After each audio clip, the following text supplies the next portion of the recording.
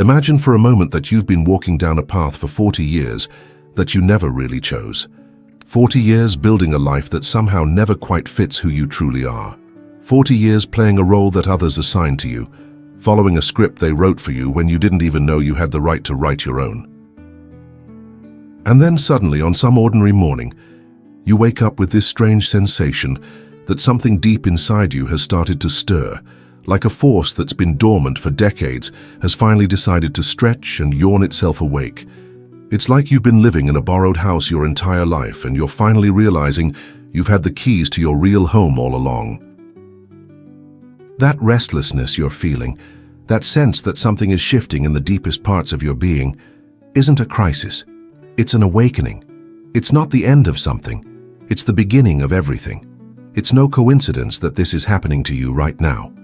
The great Swiss psychiatrist Carl Gustav Jung, who revolutionized our understanding of the human psyche until his death in 1961, observed that human life divides into two fundamental stages. The first half we dedicate to building our ego, establishing ourselves in the world, meeting social expectations, surviving and thriving according to parameters that others have defined for us. But the second half, the one that begins around 40, has a completely different purpose. Discovering who we really are beyond the roles we've played, beyond the masks we've worn, beyond the identities we've constructed. Jung discovered that this transition wasn't optional. It was a psychological necessity, as real and urgent as the need to breathe.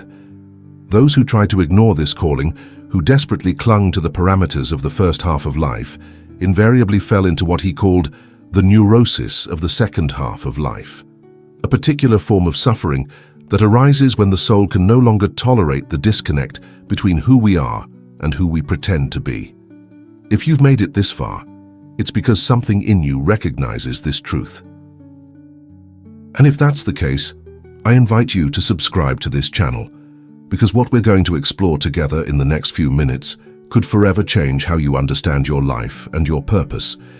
We're going to venture into territories that most people prefer to avoid. We're going to talk about truths that make us uncomfortable, but ultimately set us free. The first sign that your true purpose is awakening is a deep restlessness that you can't put into words. It's not depression, though it might sometimes be confused with it. It's not sadness, though it may have melancholic undertones. It's something much more subtle and powerful. It's as if your soul has begun to whisper that there's something more, something you've been postponing for years, something you've been afraid to face because you knew that once you did, you could never go back to living the way you have been. This restlessness appears at the most unexpected moments. While you're driving to the job that no longer excites you, while you're preparing dinner in the kitchen of the house you bought to impress others, while you're staring out the window on a Sunday afternoon, wondering how life became so predictable, so empty of meaningful surprises. It's a restlessness that can't be cured with entertainment, that can't be satisfied with shopping, that can't be appeased with professional achievements. It's a restlessness of the soul that can only be resolved by giving it what it's asking for: authenticity, purpose, connection to something greater than daily concerns.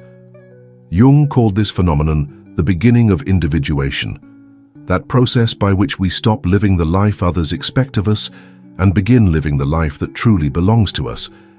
It's a calling that rises from the depths of our being, a voice that can no longer be silenced by routines and daily responsibilities.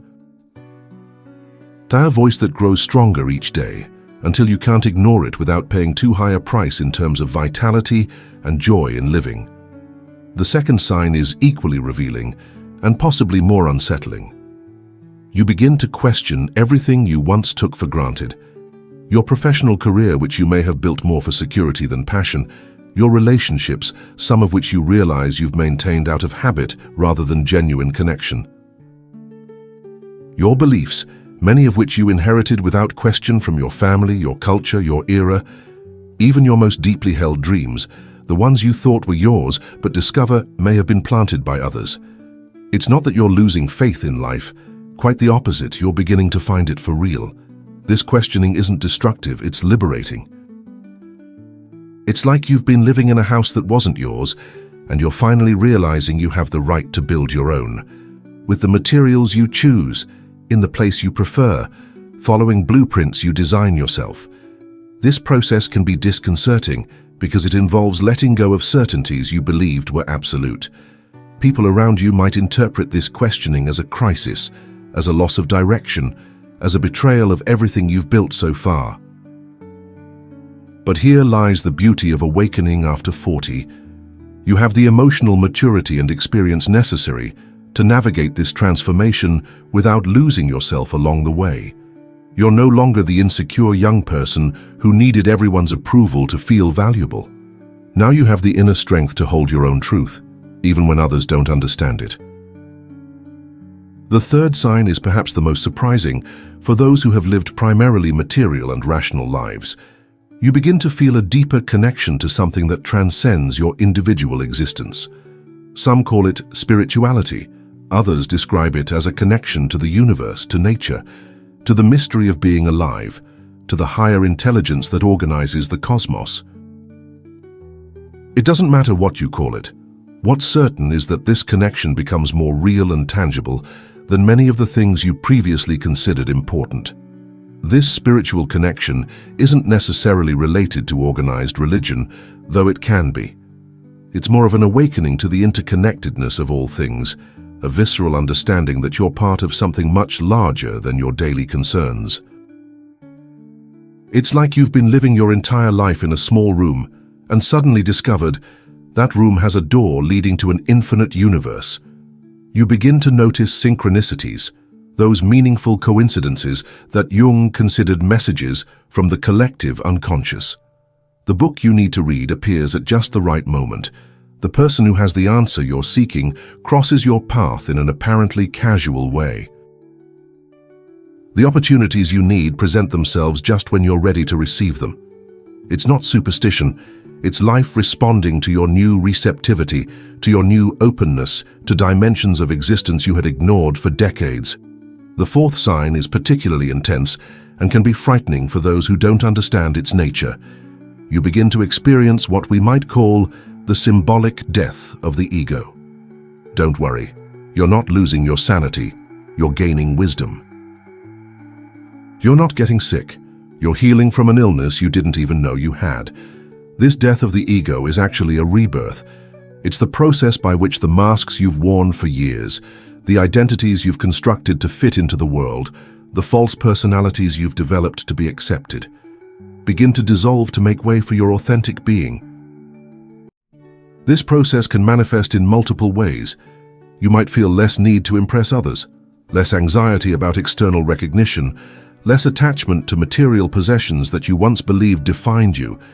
It's as if the things that once seemed fundamental to your identity have lost their power over you, freeing you to be who you really are without pretense, without masks, without performances. You might notice that you no longer have the same tolerance for superficial conversations, for social events that don't nourish your soul, for activities you once did out of social obligation. Your time becomes more precious because you finally understand it's limited and you deserve to invest it in what truly matters. Jung understood that this death of the ego was essential for the process of individuation. Without it, we remain trapped in behavioral patterns that don't belong to us, living lives that are more theatrical performance than authentic experience. The ego must die so that the true self can be born, that part of us connected to universal wisdom and that knows our real purpose in this existence.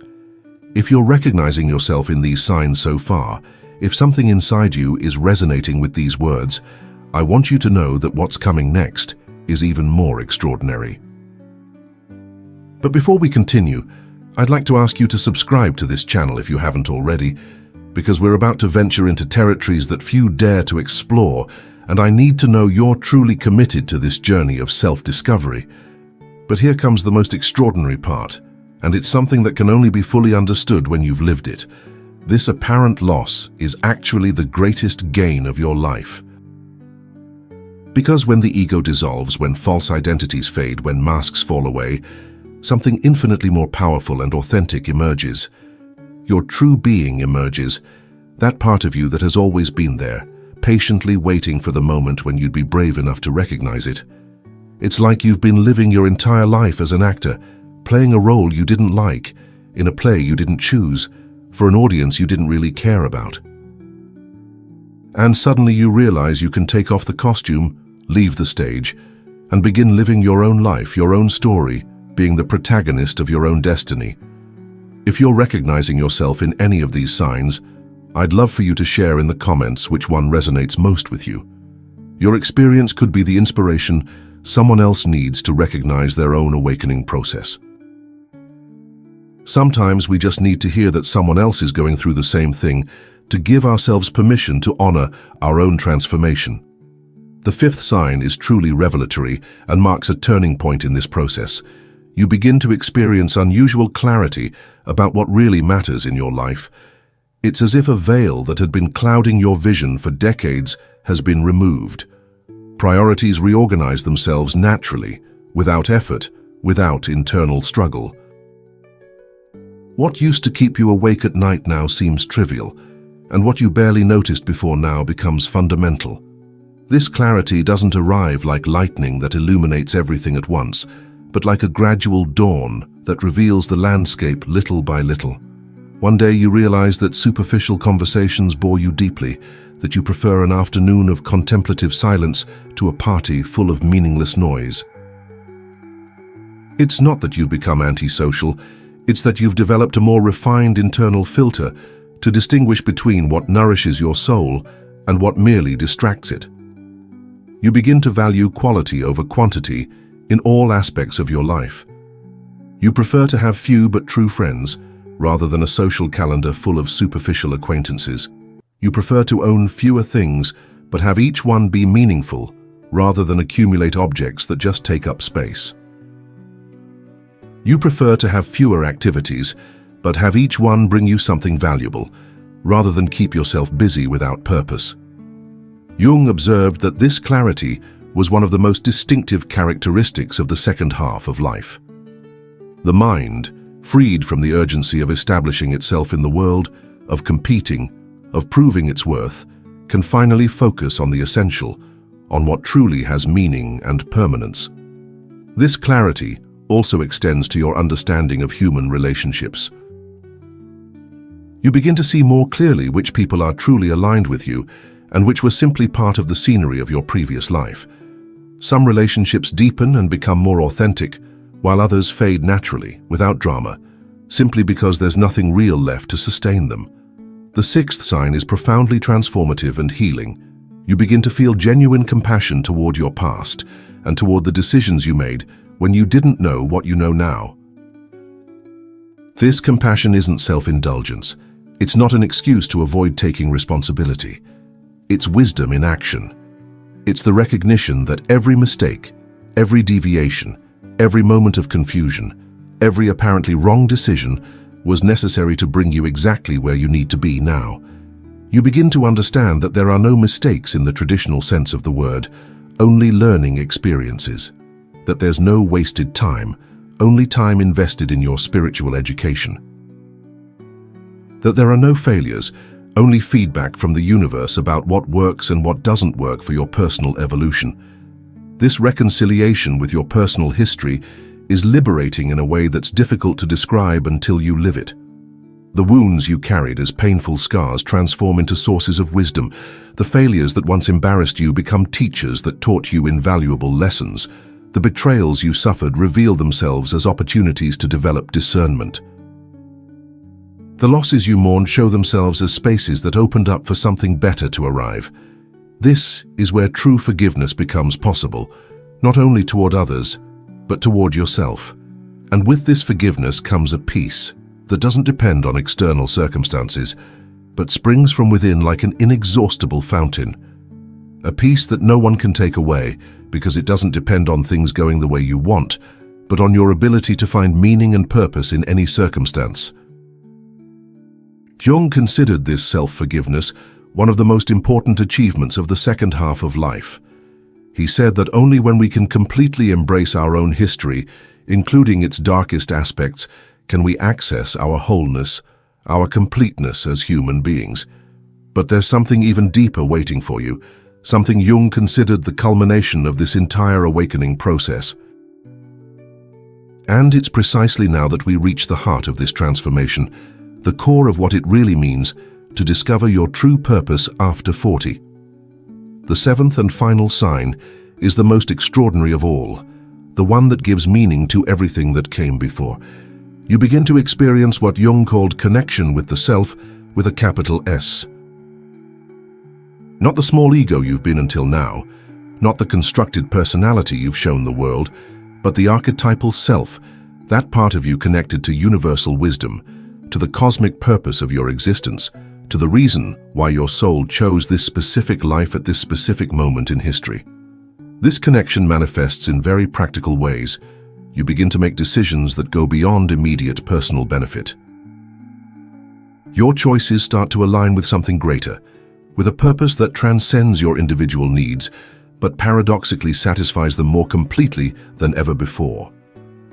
It's as if you can finally hear clearly the voice of your soul, that voice that has always been there but had been drowned out by the noise of external expectations, by the fears of the ego, by the urgency to survive and thrive according to others' parameters.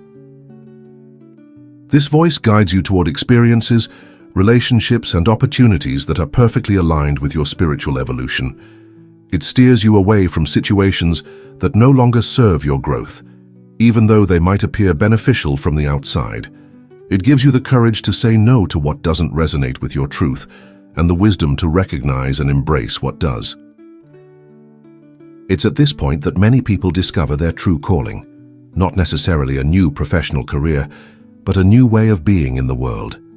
Some become natural mentors, sharing the wisdom they've acquired through their experiences. Others find creative ways to express their accumulated wisdom through art, writing, teaching. Others simply radiate a presence that inspires and heals those around them, becoming beacons of possibility for others who are beginning their own awakening journey.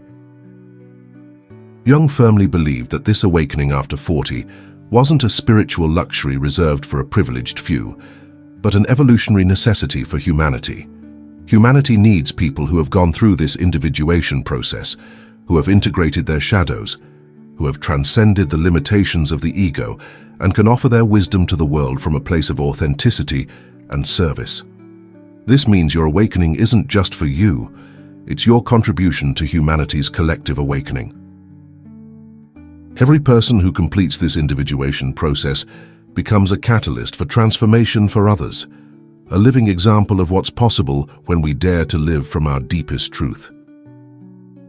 But here comes the most beautiful part of this entire transformation. Once you recognize these signs, once you accept that your true purpose is awakening, once you surrender to this process, instead of resisting it, life begins to conspire in your favor in ways you would have previously considered impossible or even fantastical. The right people appear at just the right moment, with exactly the information, support, or opportunity you need. Opportunities present themselves synchronistically, as if the entire universe were orchestrated to support your transformation. The resources you need materialize when you need them, often in unexpected ways. It's not magic, though it might seem like it. It's alignment. When you live from your authentic purpose, when your decisions are aligned with your deepest truth, you enter into harmony with life's natural flow. You stop swimming against the current and begin flowing with it. Jung documented this phenomenon in multiple clinical cases throughout his career. He observed that people who managed to connect with their true purpose experienced what he called meaningful synchronicities, apparently random events that were actually perfectly orchestrated to support their growth and mission. This alignment doesn't mean life becomes easy, but that it becomes meaningful. Challenges still exist, but now they make sense within the broader context of your personal evolution and your contribution to the world. Obstacles become opportunities for growth. Conflicts transform into catalysts for greater clarity. Losses reveal themselves as spaces that open up for something better to arrive. It's important to understand that this awakening doesn't have an expiration date. It's not something you experience once and then remains static forever. It's a dynamic process, constantly evolving, that deepens and enriches with each passing year. It's like a river that never stops flowing, always finding new channels, always renewing itself. Some days you'll feel this connection to your purpose very intensely, as if you could touch the sky with your hands.